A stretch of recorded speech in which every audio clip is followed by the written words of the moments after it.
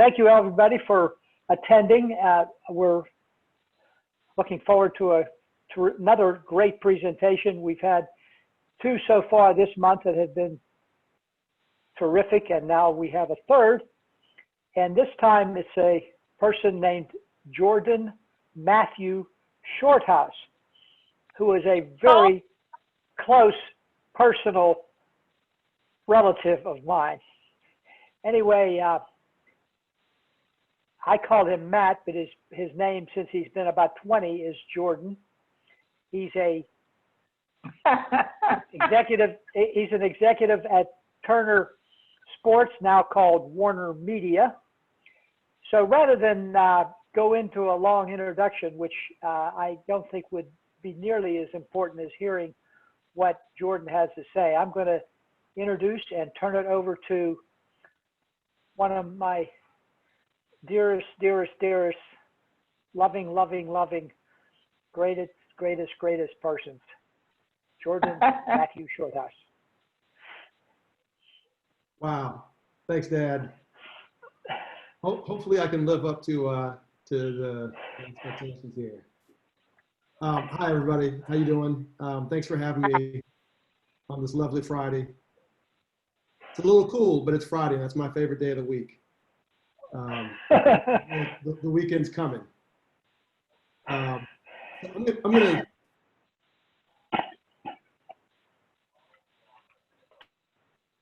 You muted yourself, Jordan. Who's sniffing? Have I been muted that entire time? Or did I just get muted? There's just a brief mute, but we are good. all present, yes. Oh, good. Hallelujah. I wasn't sure I needed to start over. So anyways, I'm going to share my screen, and I'll be showing some images and eventually some video clips of some of the work that I've done. So here we go.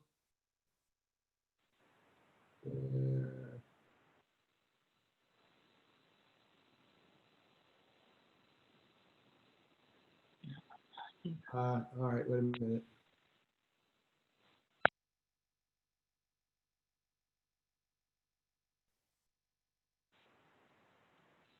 Having a little technical difficulty here.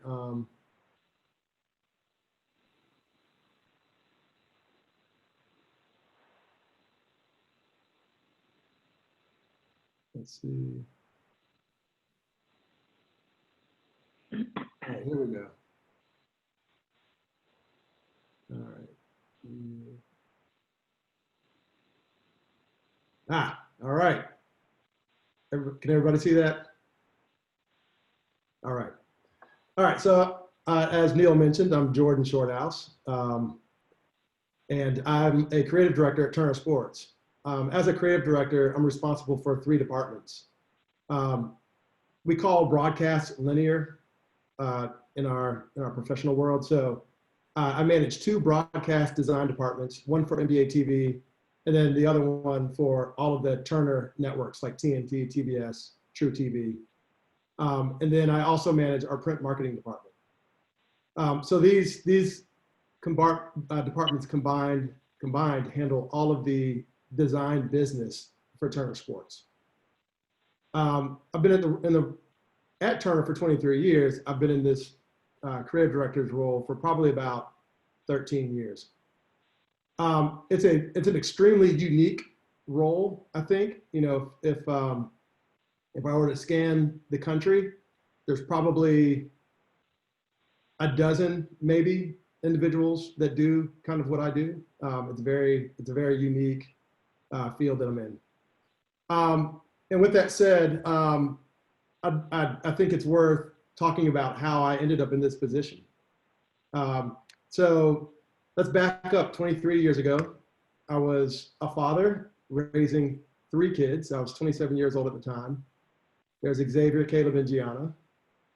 I was also attending Georgia State University, finishing my design degree, raising 3 kids, and I had a job at Exodus Press, which was a small nonprofit design firm run by the one and only Patty Flum, my stepmom. She originally hired me to be a courier and deliver packages. And at that time, the internet wasn't what it is now. And so I did a lot of, hand delivering files and picking up prints and that kind of thing. But I also was able to soak up the business, if you will, behind the scenes. And so not only was I getting a lot of design help through school and through hanging around Patty and Jane at the time, but I also was able to pick up on the business, client relations, billing, that sort of thing. That lasted for about 5 years. And the last year of that, I actually ended up running Exodus Press by myself. Patty moved on to run Communities and Schools of Atlanta. Jane retired. And so there I was in this shop doing all the work and all the billing and the business work by myself. Exceptional learning experience, by the way. So how did I get to Turner Sports? I had a friend of mine who was pretty fond of my artwork. I kind of did on the side, and he had actually bought a couple pieces.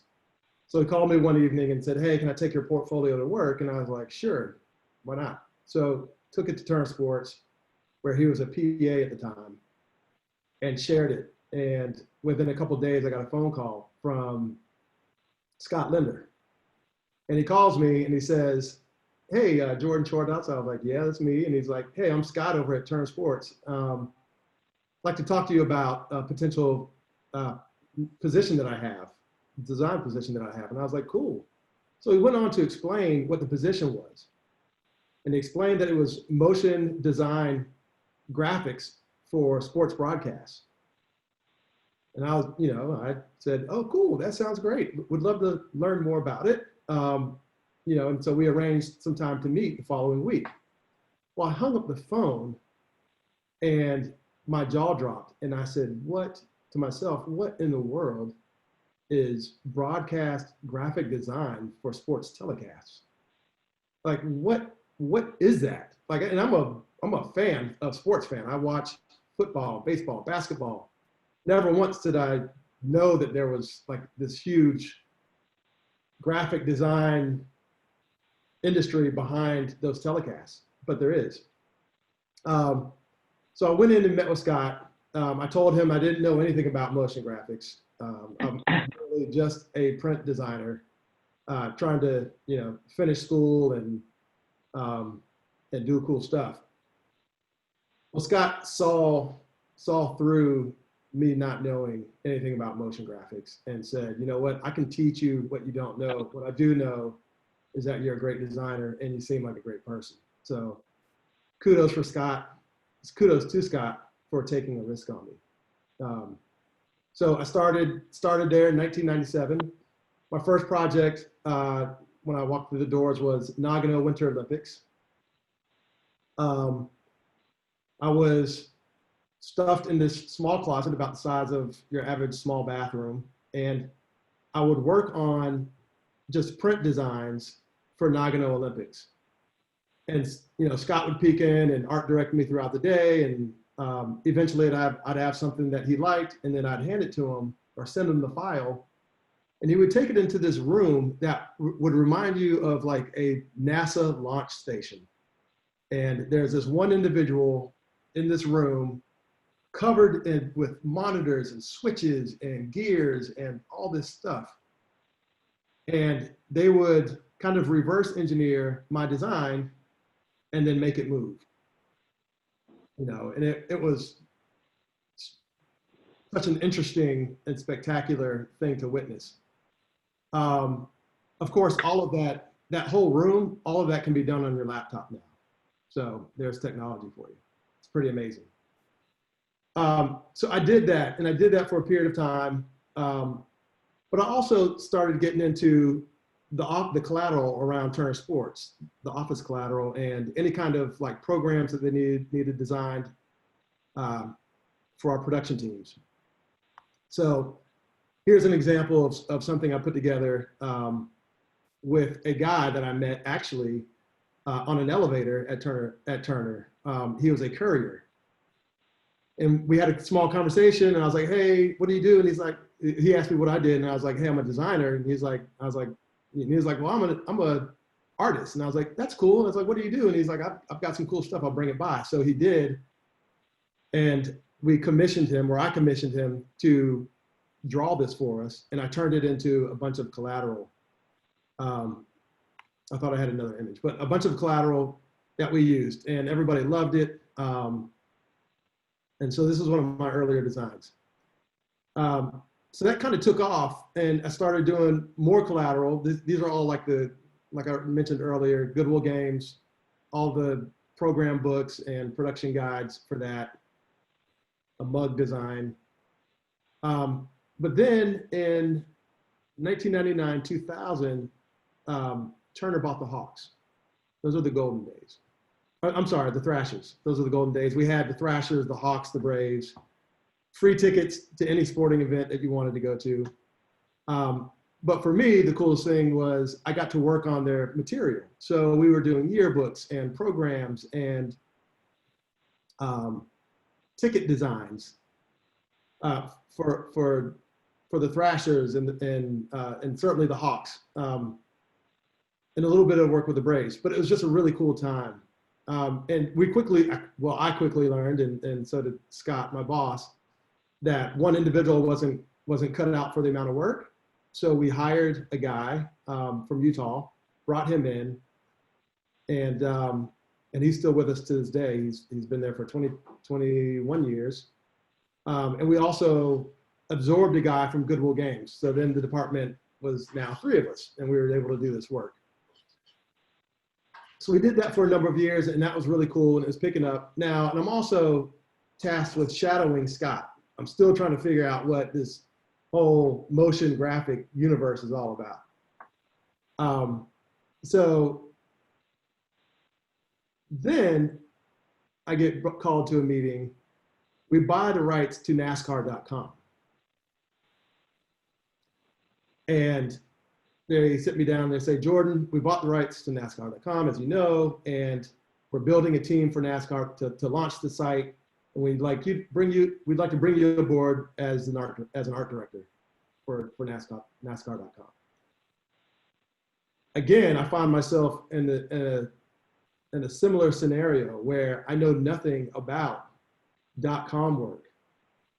I know what I like. I know what looks good, but I don't know anything about the principles of digital design. But I accepted and took the promotion, which was fantastic. Thank you, and thanks to them for trusting in me and believing in me.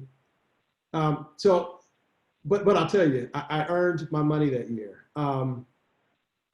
I would get to work at 8 in the morning, drop the kids off at school, get to work at 8 in the morning, and I'd go to Techwood where Scott was. I'd work there on print designs from 8 till noon. Then I'd pack my stuff up, go to Centennial Tower down near CNN, hang out with the .com guys until about 8 p.m. at night in order to launch this site. And I did that, every day. Eventually, over the year, the site was launched. The .com leadership team came to Scott and said, "We'd like to bring Jordan over full time." Scott said, "Heck no, you're out of your mind." Thank goodness for that. I probably wouldn't be talking to you today if that had happened. So I got to move back over to Techwood permanently, and that really allowed me to fully focus, my attention to shadowing Scott and absorbing, everything that he could give me about motion design.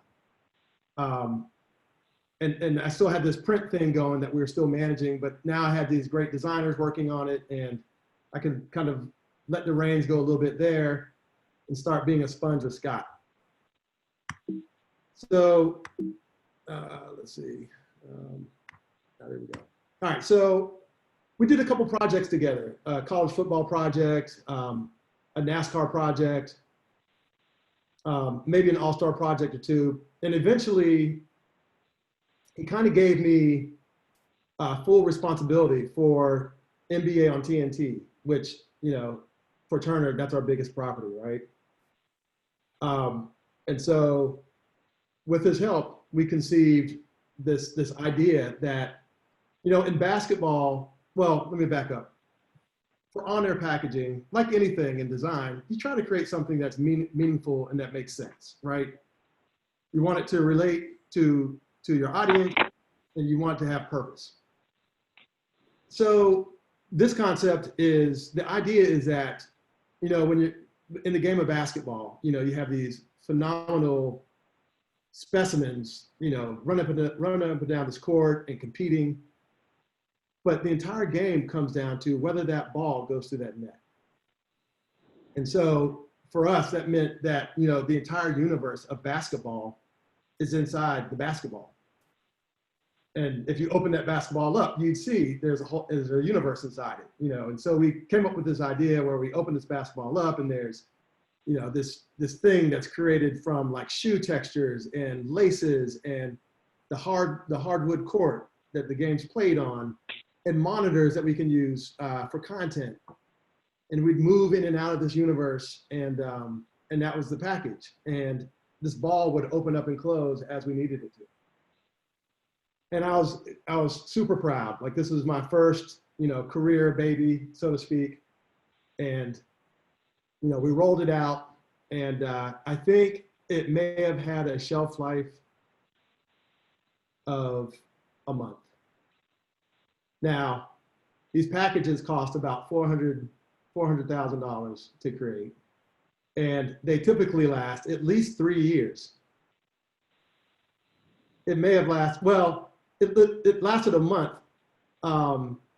before they came and told me this isn't working. But they did give me time to create something new. So, and that probably took like, another year. So that was a huge moment in my career. First of all, I failed. And so I had to figure out how to like pick myself up, right? But secondly, it led me to, a thought process.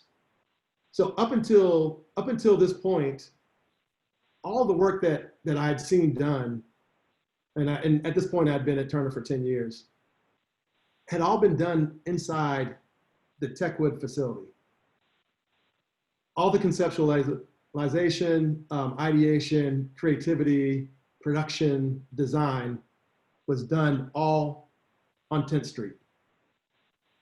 But I would go to these conferences in LA, in New York, in San Francisco, Toronto, Vancouver, and I would see these agencies that were putting out this just the most beautiful and phenomenal and just outstanding work. And I was like, who are these guys? Like, how do you work with these guys? And so, I remember sitting in some of these conferences, and these guys would walk in all black, dressed like the Men in Black. All black, gangstered up, and they'd have a DJ, and they'd go up to the podium, and their DJ would just start playing this loud music that hits you in your face, and they run their sizzle reel for 30 minutes, and you would just leave there staggering out of that session. Oh my God, what did I just do? And I was like, that's super cool. And so I told Craig, our boss, at the time, I was like, it's time that we crack the ceiling that's at Techwood. And it's time that we entertain, working with these agencies that are outside of not only Atlanta or the Southeast, but, let's talk to people in California. Let's talk to people in New York, Toronto. So we did. And so what we did is we entertained, for the first time, pitches from 3 of the top agencies across the country. And we gave them about a month to turn around some ideas. And during that time, I partnered up with a couple of our colleagues, Chad Hudson and Scott, and we developed our own idea. So at the end of the month, I got all the ideas back from the agencies, and then I had our pitch. Now, I didn't want anybody to know who pitched what. So I took all the branding off of all the decks and just presented the work for what it was. And when Scott got the idea, when Craig got to our idea, he said, that's the one. That's the idea we want to roll with. Now, like I said, we were up against some of the biggest agencies across the country, and we won. And so that was a huge moment in my career. And I'll tell you that the idea that we came up with was ridiculously risky. Like, and so much so that, like, when I think about replicating what we did now, I'm like, you can't do it. No, like, it seems impossible. And what the idea was is it was called time lapse. Nowadays, you probably see time lapse used on every reality show, probably every sports telecast, when they're bumping in and out of their shows. I know that Sunday Night Football does it on NBC. You'll probably see it on all of the ESPN telecasts. But time lapse, what this created is it created like a new movement. Like when this thing got pushed out, after it got pushed out, everybody got on board with using this stuff. But the risk behind this project was that we had to figure out how to go shoot 28 cities. If you think about shooting 28 cities, let's say you shoot, 3 cities, a city over 3-day period plus travel, you're talking like 3.5 months of shooting. Like, how are you going to pull that off? How are you going to pay for it? Who's going to do it? So I paired up with a guy at Turner. He's now my boss, named Drew Watkins. And we got a DP, Jordan McMonagle, who's one of the best in business we work with all the time. And we hit the road. And we took turns, traveling to all these different cities and shooting in the most dire circumstances you could think of, always late at night, always in downtown pockets of these cities.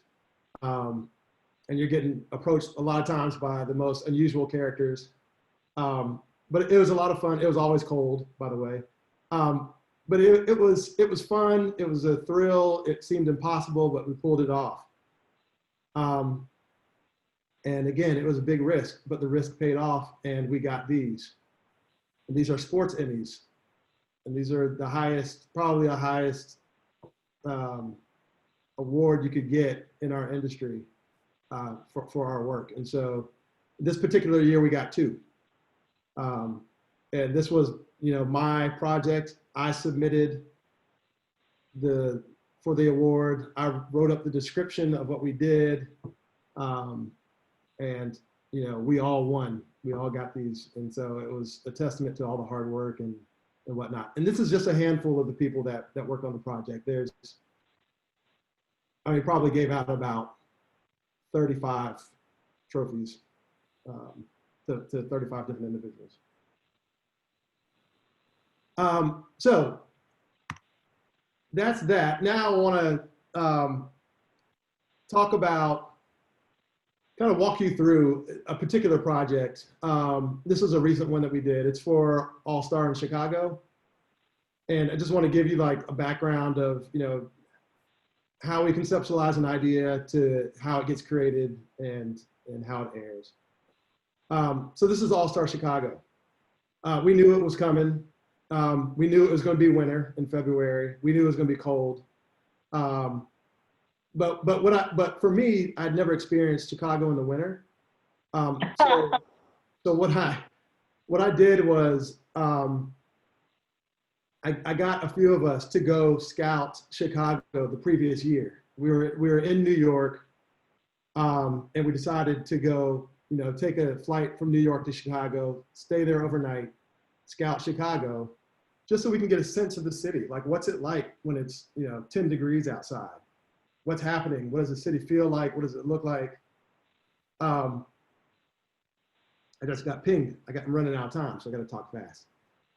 So we went up there. We did discover it was extremely cold, but we also discovered that the city really had a life. Like people were still getting out and about. We decided the best way to, I guess, illustrate the city is to show the city, because it's such a, it's known for its architecture. So we wanted to shoot the city. Then we wanted to shoot people because, again, like the city's alive, and we wanted to show that. So we put together a shoot. What was risky and cool about this shoot was that we shot with a complement of cameras that is extremely unconventional. Chicago requires permits to shoot everything, which can get extremely expensive and difficult. So what we decided to do is we bought all these handheld cameras. We used an iPhone on a gimbal that allowed us access to trains. We shot with little racer drones, FPV drones. That's what you see on the left-hand side of the screen. So we got really creative with our camera complement, which allowed us to get all of this unique footage that you wouldn't ordinarily get if you had a traditional ground crew that would require policing and all these permits. And the other thing that we had to be weary of and be really careful of is that the COVID tragedy had just happened, and we were coming off of that. And so we had to be really sensitive. Coincidentally, this package, because we wanted to showcase people, it worked out, kind of, perfect for that, because it gave it a really a human, really sensitive and human feel. So I thought it worked out really well. And the other thing is that this is completely unconventional, because in this case, the people in the city take the center stage. And in most cases, when you watch a sporting event, it's all about these big robotic graphics and big logos flying across the screen. And we didn't do that. We went polar opposite. So I'm gonna run through some animations, and then I'll wrap it up.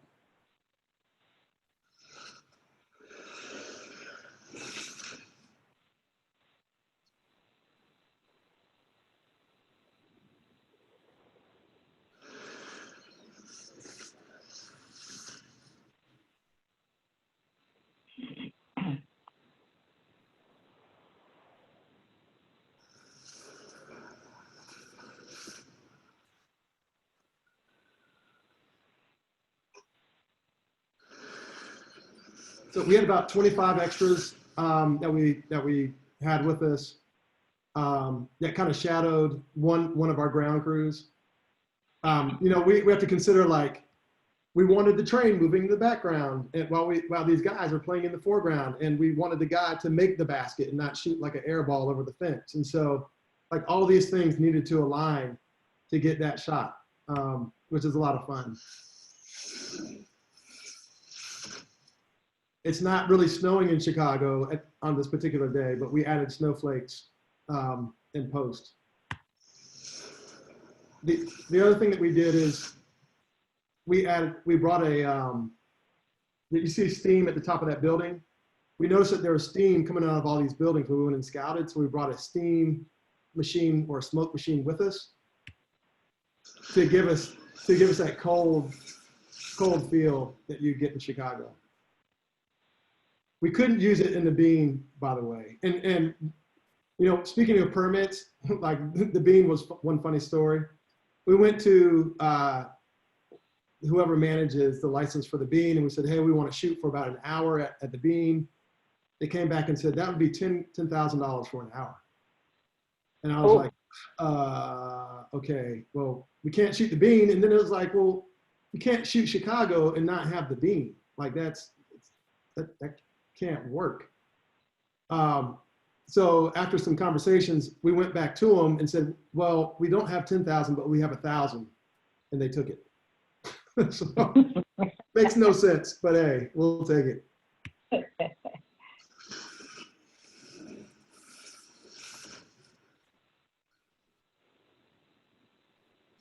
Somewhere, I think the next one might be an open. It'd be a short open that brings you into the telecast. It's got some music and It's a little bit longer than some of these bumps.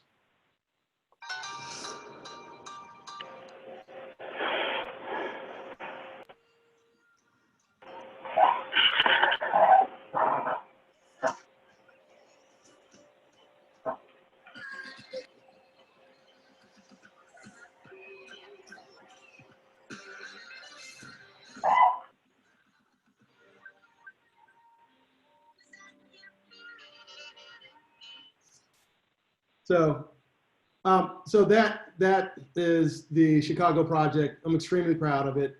We'll enter it for Emmys this year. We'll see what happens. There's a lot of really good work being done out there now, so the competition is high. Here's a picture of one of the graphic teams that I work with, that I probably work the closest with. Some of these guys are my best friends. We're a tight-knit group, and man, are they phenomenal and dedicated. And can you guys hear me? Okay. I couldn't do this without them. So kudos and thank you to them. And this is what it's all for right here. This is Mia. So I'm gonna finish by saying that, you've heard me mention the word risk a couple times during this conversation. And I've come to realize probably during this last year that risk has played a part of my life, my entire life. 50 years ago, I guess everybody on this call knows this now, but 50 years ago, I was adopted by Neil and Jeannie. And so, you could say that they took an enormous risk when they adopted me. Adopting a Black child in 1970 and moving to Atlanta, Georgia, of all places, that's not common.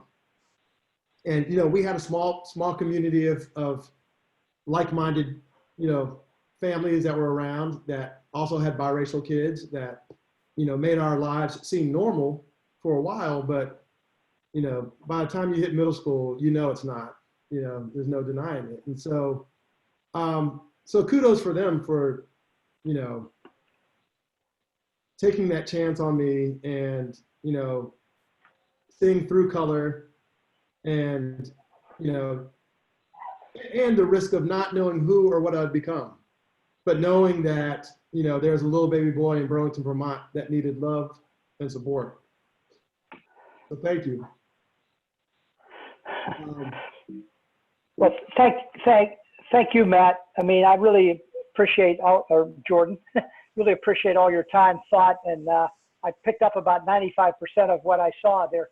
I did not know before, so that was quite fascinating. All right.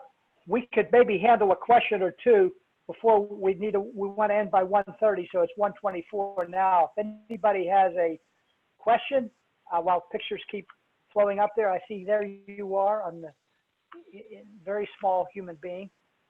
So, and I am. Then there's. So anyway, anybody have my last picture? Okay, there's more family pictures. That's the whole family right there. Anybody have a question that they want to, or a comment that they wanted to make? Please shoot it out.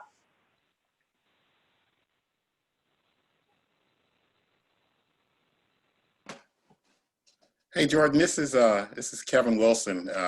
Great presentation, loved it. I'm also a FYI, just Chicago resident formerly, so I love seeing the city again. Yeah. So just real quick, how do you? I mean, given the work that you do is so has to be cutting edge all the time. How do you keep that inspiration, and where do you find that inspiration? And then also, too, on the other end of that, how do they determine, I guess, the folks that determine that something's not playing well, it's not hitting with an audience? That's a good question. Where I get my inspiration from, inspiration can be gotten, nowadays anywhere. I mean, there's a lot of websites that share great content. I also have a long laundry list of agencies that I'll check in on their websites. A lot of them they'll post like developmental work that may not, be sold or be for a particular project, but it's just something that they're interested in working on. So a lot of inspiration comes from that. We usually, nowadays, everything that we do probably starts with pen and paper first, where we have to, dig deep and come up with a concept that we think, has potential. When you nail that concept, then bringing it to life, like, I want to say it's the easier part, but it's not always easy. It's always a challenge, but you kind of know. In terms of like what works and doesn't work, I think, art is subjective. So it's tough. Some things, you just know. Like we tried something really daring with our baseball score bug a few years ago, where we had this bar across the entire top of the screen that rolled different stats. And we knew like within the first 10 minutes of our telecast, that ain't working. And so we got calls immediately saying, what can be done? How quickly can you do it? That kind of thing. So, it's a by case basis. Yeah. Probably. Thank you. Yep. One more. Hey, We Neil, got one more? Yeah. this is Mark. I have a question for Matt, a comment and a question. I know a little bit about the advertising agency world, and the one thing that's always stunned me is how the lack of loyalty and staying power of people, they jump from agency to freelancing to another freelancing agency. There's just none of that sort of stick-to-itiveness. What amazes me is the story you've told is really of an in-house agency that manages to find, attract and keep people who are creative types who naturally tend, as I say, to bounce around. That's a compliment to you and your group. What's your reaction to that? How do you do it? Well, it's, I can't take any credit. I'll be honest. It's probably because Turner is probably the biggest facility in Atlanta, in the Southeast. Well, yeah, probably Southeast. So, and Turner's just such a wonderful place to work. If you've ever been over to the Techwood campus, we're spoiled rotten. It's such a great place. And so to leave there, for me, and just for me in the stage of my career that I'm in, I'd have to leave Atlanta. If I wanted to stay in this business and make the kind of money that I'm making, I'd have to leave Atlanta. I'd have to go to New York or LA or somewhere else. But for others, it's just, there's job security, there's benefits, and there's this fantastic campus that has a Starbucks and a gym all right there, and a market with lunch options galore. There were, it would take a really unique circumstance to probably leave that, and people do from time to time leave, to go, try different things. But for a lot of people, and there's, I can give you 30 names right now that have been there 20 years. Wow. Wow. That's okay. Well, thank Neil? you very Neil? much, Jordan. Neil? Yeah. Yes. Neil, point of personal privilege. Yes. We have 2 more questions and I'm going rogue to go ahead and extend the time. Go ahead, Okay. Eric. Sorry about that, Neil. Thank you. Thank you for extending the time. Okay. Jordan, I don't know if I'm hazy on this, but it's been said that a lot of the work that you do was botched here in Atlanta during the '96 Olympics, and there was a lot of disappointment with a lot of the graphics, a lot of the design. Have you ever heard that, or do you have any thoughts on some of that, and how you might have done things, maybe a couple of things different? I know the mascot was people were not very happy with the mascot. And That's right. That's right. You know, well, I didn't have anything to do with the Olympics at the time. And I was still, in '96, I was still trying to figure out like design. I was still in school.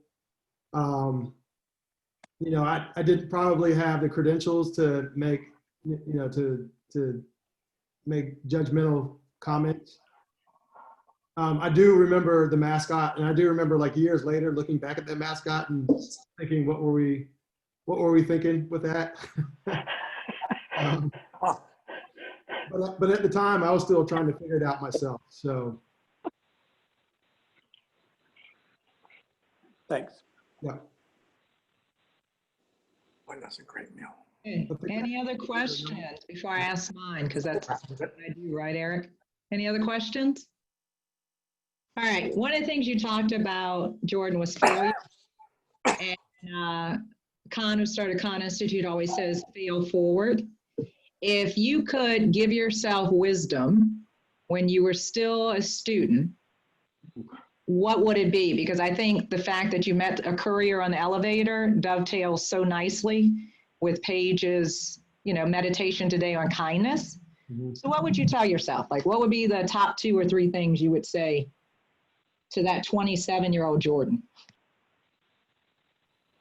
Well, you know, fortunately for me, like, well, okay, so that's a great question, and it's a tough question. But you know, I would say try to learn everything. Like, don't dismiss an opportunity to pick something up, even though it might not, you know, be exactly what you envision you wanting to be involved in. For me, like I could have said to Scott, you know what? I don't know motion. I don't do motion. I'm going to stay in this print design lane, right? So, you know, be willing to like be a sponge, be a sponge to it all. And then I would say, you know, be humble. You know, as artists, sometimes you can be really